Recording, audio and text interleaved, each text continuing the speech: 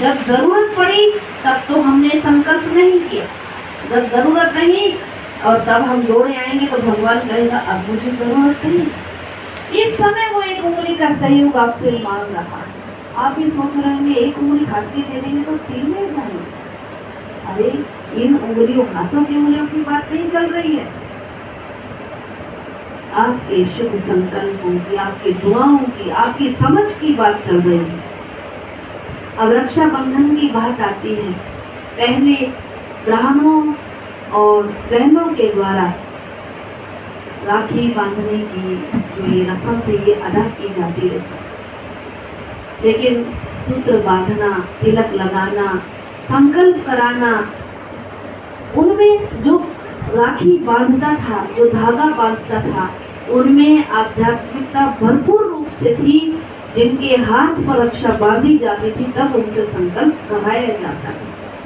परंतु ये धार्मिक उत्सव हो गया, आध्यात्मिक उत्सव हो गया। रक्षाबंधन जब त्योहार आते हैं तो हमें खुशी जो है वो आती चली जाती है। लेकिन कहते हैं जब छोटी बच्ची होती है तो माँ बाप उसकी रक्षा करते हैं, चाचा ताऊ ताई घर में होते हैं वो उसकी रक्षा करते हैं, भाई भी कभू न कभू उसकी रक्षा करता है। लेकिन जब भाई छोटा हो और बहन बड़ी हो तो भाई कैसे रक्षा करेगा? भाई विदेश में हो, बहन देश में हो या किसी और देश में, तो भाई कितनी जल्दी रक्षा करेगा। कोरोना काल के अंदर भी आपने देखा कि कई बंधु अपने पिता के दर्शन न कर पाए, लास्ट समय में कोई अपनी माँ के दर्शन न कर पाया, परिवार के अंदर से नहीं मिल पाए, इतनी दूरी थी, ना टिकट मिल पाए। क्यों? क्योंकि बंद कर दिए गए थे। ये वो रूप तो आपने देखा ही होगा कि लास्ट समय में हम परिवार के उन अपने संबंधियों से न मिल सके जिनका स्नेह हमारा इतना घनिष्ठ था, चंद्रमा की ऊंचाई से लेकर समुद्र की गहराई तक इतना सा प्रेम हमारा उस परिवार के साथ था, लेकिन ना मिल पाए। आगे का कोई भरोसा है? आगे का कोई भरोसा है? ये 2 पल बाद का कोई भरोसा है? आप बताइए। तो कौन सी जिम्मेवारी जो भाई पर आन पड़ी? बहन की रक्षा की, माता पिता ने रक्षा की, चाचा ताऊ ने रक्षा की। जब स्त्री की शादी कर दी जाती है तो पति उसकी रक्षा करता है, लेकिन रक्षा करने वाले पर ही रक्षा सूत्र तो नहीं बांधा जाता। माँ बाप को तो बच्ची राखी नहीं बांधती, लेकिन भाई के साथ ही ऐसी जोड़ी क्यों बनाई गई कि वो भाई को ही राखी बांधे, जबकि रक्षा तो पूरा परिवार करता है। भाई पर ही वो देवत्व बना, वो जिम्मेवारी क्यों आई? एक समझने की बात है। पहले राजा लोग वेश बदल करके अपने नगर में जाया करते थे और सारी प्रजा को देखा करते थे कि कौन स्वस्थ है, कोई बीमार तो नहीं है, कोई गरीब आदमी, कोई दुखी तो नहीं हो रहा है मेरी प्रजा के, जितने भी मेरे पालक जिनको जो मेरे राज्य में रहते। क्षत्रिय लोगों ने भी अपने राज्य में संभाल की, लेकिन भाई शब्द जो आया बहन के लिए इस उत्सव के अंदर, रक्षाबंधन कि भाई अपनी बहन की रक्षा करता है। क्या उस समय राजा कमजोर था? क्या राजा के रक्षक का वो दल कमजोर था? क्या वो क्षत्रिय कमजोर थे? और नारी शक्ति तो इतनी पावरफुल थी, जैसे हमने बताया जगदम्बा हुई हो, द्रौपदी हुई हो, दुर्गा रही हो, क्या कभी कमी देखी है आपने? जो सारी दुनिया, भारतवर्ष की सारी दुनिया इन देवियों से शक्तियां मांगते हैं। जब दीपावली आती है तो घर फटाफट साफ कर देते हैं, जितना भी कोने में मैल होगा, कहीं कुछ भी होगा, दीपावली पर साफ रखते हैं। क्यों? लक्ष्मी भी आएगी, घर लक्ष्मी आएगी, इसलिए साफ करते हैं। मन का कोना साफ करके देखिए, हर रोज वो इंतजार कर रही है कि कब आपका मन स्वस्थ हो, स्वच्छ हो और मैं प्रवेश करूं। बताइए। और हम क्या कहते हैं? न्योछावर करने का तो बहुत मन है, दूध चिड़ा तो बछड़े का झूठा, जल चढ़ाऊं तो मछली का झूठा, है ना। हाँ, और फल चढ़ाऊं तो तोते का झूठा, और मन चढ़ाऊं तो पापों से भरा हुआ है। कैसे चढ़ा? अरे मन तो किसी का झूठा नहीं ना, लेकिन पाप काले मन देखिए, स्वीकार करते हैं कि हम पाप करते हैं, और कोई दूसरा कह दे तो लड़ने को दौड़ते हैं। किसी ने कुछ कह क्यों दिया मुझे, स्वीकार कीजिए उस बात को।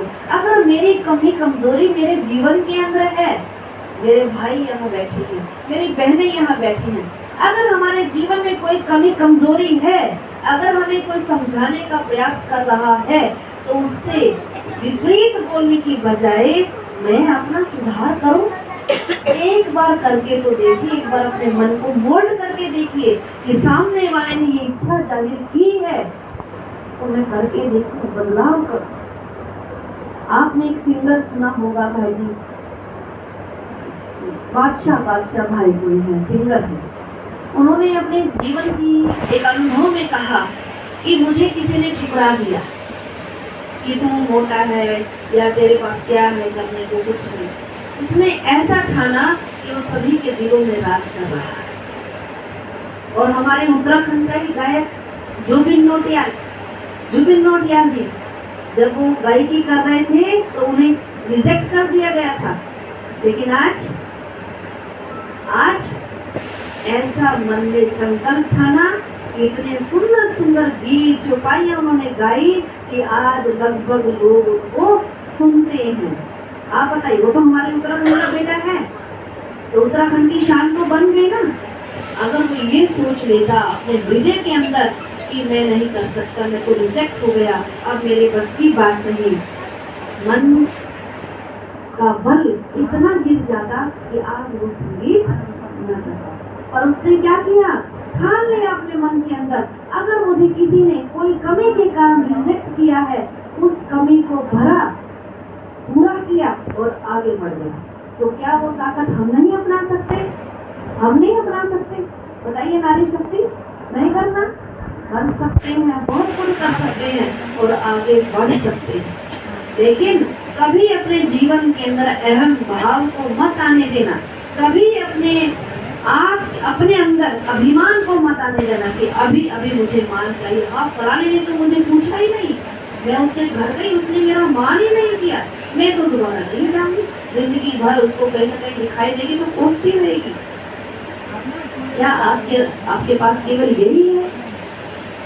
आपके द्वार पर कोई कुछ मांगने के लिए आता है, चाहे वो आधा मांग ले आपसे, घर में नाम हो, क्या कहेंगे? चक्की पर रखा है। आज जब मांगने वाले इतने तेज हैं, वो ये कहते हैं चक्की बता दो, आपके नाम का ले आऊंगा। सच में, तो आपके पास जो होगा आप वही तो देंगे, आप वही तो देंगे। अगर आपके पास होगी ईर्ष्या, द्वेष, चिड़चिड़ापन, शोकाकुल, निंदा और चिंतन, क्या यही देंगे आप? क्या इसे असली दान कहा जाता है? बताइए, यही देंगे? नहीं।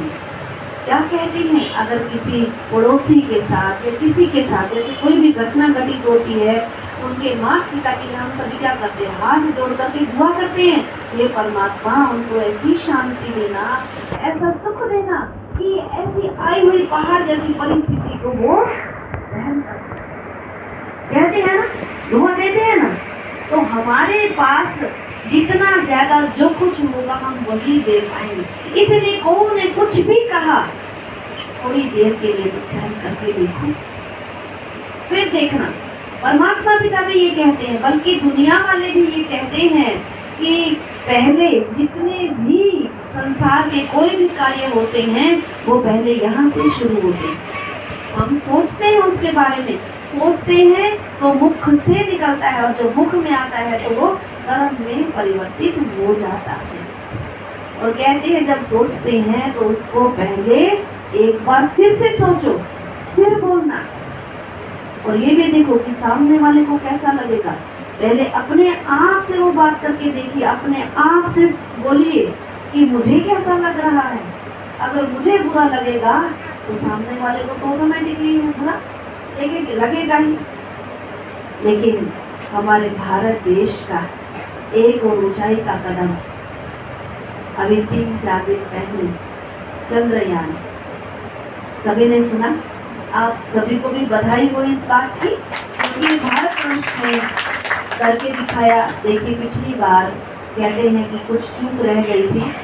हमारे नरेंद्र मोदी जी ने उस साइंटिस्ट को, जो हेड है, उसको गले लगा करके कहा कोई बात नहीं, कोई ऐसी बात नहीं, हम फिर से करेंगे। तो 3-4 वर्ष के बाद फिर से ये किया तो हमने सफलता हासिल। आप इन्हें एग्जाम्पल से समझिए। और हम मात्र शक्ति कई बार क्या करती हैं, उलझ कर खड़ी हो जाती हैं। अभी कुछ दिन पहले गुड़गांव की एक बच्ची हमारे पास आई और कहने लगी कि मेरी शादी को 4 महीने हुए हैं। मेरे पति ने कहा कि मैं तुझे 2 हफ्तों में पागल करार कर दूंगा, क्योंकि मैं तुझे चाहता ही नहीं। देखिए जिम्मेवारी क्या होती है माई की। तो जब वो मेरे पास आई, मनोज महात्मा के पास, उसने कहा कि ऐसे ऐसे करके मुझे वो पागल तो नहीं कर देगा। वो बार बार उसी बात को रिपीट कर रही है, बार बार। उसके दिमाग में, जहन में ऐसी बैठ गई कि वो मेरी मम्मी को कुछ ना कर दे, वो मेरे पापा को तो कुछ ना कर दे, वो मेरे भाई को तो कुछ ना कर दे ना, कभी वो मेरे घर से मेरे भाई को ले जाए। मतलब उसको ऐसा हो गया, भूख ना लगे, प्यास ना लगे, नींद ना आवे उसको, बिल्कुल नींद ना आवे। परमात्मा पिता ने हमें बहुत एग्जाम्पल ऐसे कराए। जो जल होता है, जल बहुत जल्दी हमारे संकल्पों को कैच करता है।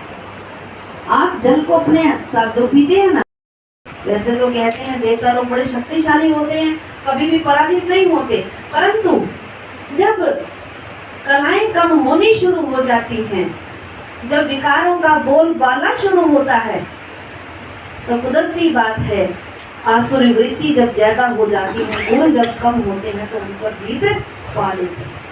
तो दैत्यों ने देवताओं पर राज्य पा लिया। अब देवताएं श्रीहीन होकर के, गुणहीन होकर के, अलंकार रहित रहने लगे। पर असुविधा के आप भी कितना रह पाएंगे? असुविधा के आप कितना रह पाएंगे? आप बताइए। सुविधा तो घर में करनी पड़ेगी। तो इंद्र ने सोचा कि अब तो रह नहीं सकते, अब तो मुझे अपना वापिस राज्य जो है लेना है। तो देव गुरु बृहस्पति ने इंद्राणी से पवित्रता का धागा इंद्र की कलाई पर, इंद्राणी से इंद्र की कलाई पर, कब? श्रावण मास की पूर्णिमा के दिन बंधवाया।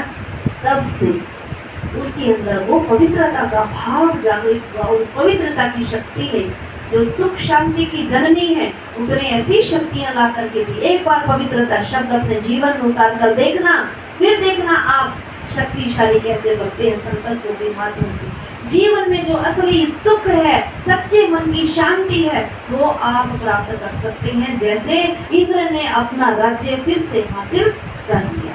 और तब से पर पत्नी को दक्षिणा नहीं दी जाती थी, बहनों को दक्षिणा दी जाती थी, इसलिए ब्राह्मणों का दर्जा भी बहनों को दिया गया। इसलिए कुंवारी की इतनी पूजा की जाती है। और बहन भाई का ये पावन उत्सव, जो काम विकार की दृष्टि नारी पर न जाए, केवल अपनी ही बहन को बहन, औरों की बहनों को अपनी बहन समझा जाए। एक स्त्री के साथ तो बंध गए, अब तो दूसरों की नारी को, दूसरों की बहनों को अपनी बहन समझा जाए। तब कहते हैं सच्चा रक्षा बंधन मनाया जाता रहा है और मनाया भी जाएगा। तो ये सच्चा रक्षा बंधन मनाने के लिए आज हम आपकी कलाई पर रक्षा सूत्र बांधेंगे। ऐसे रक्षा सूत्र को लिए हुए आपने अपने मन से एक ऐसा संकल्प जो आपको दुखी करता है। आपको तो लगता नहीं होगा कि आपके अंदर वो कभी कमजोरी है, लेकिन दूसरों से आपको अनुभव होता है। दूसरे अगर आपको कोई कहते हैं तो आज हम बहनों की झोली में डाल दीजिएगा। ये झोली आपके सामने है। कोई भी जो आपको तंग करती है, सुन रहे हैं ना माता जी, कोई भी बात आप इस झोली में डालना और सच्चा रक्षाबंधन मनाना। माउंट आबू से हमारे परम आदरणीय देवी दादी जी की ओर से, जिन्होंने इतनी सुंदर राखी जो मुझे सफर के लिए, देखिए कितनी सुंदर राखी आप सभी के लिए भेजी है आदरणीय दादी जी ने। आप ये सोचिए कि कलाई, आपकी राखी कलाई पर ये राखी जो है बंधी है और बड़ी पवित्र है।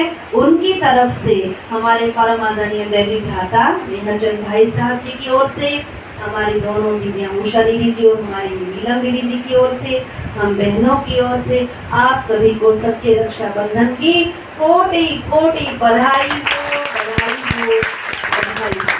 उन्हें अपने संकल्पों पर ध्यान देते हुए हमेशा चेहरा खिला हुआ हो। देखो मुझसे मुझसे बैठे कहीं है ना, जैसे अभी कुछ हो गया हो, तो हमेशा खुश रहिए, ये हम बहनों की दुआ है।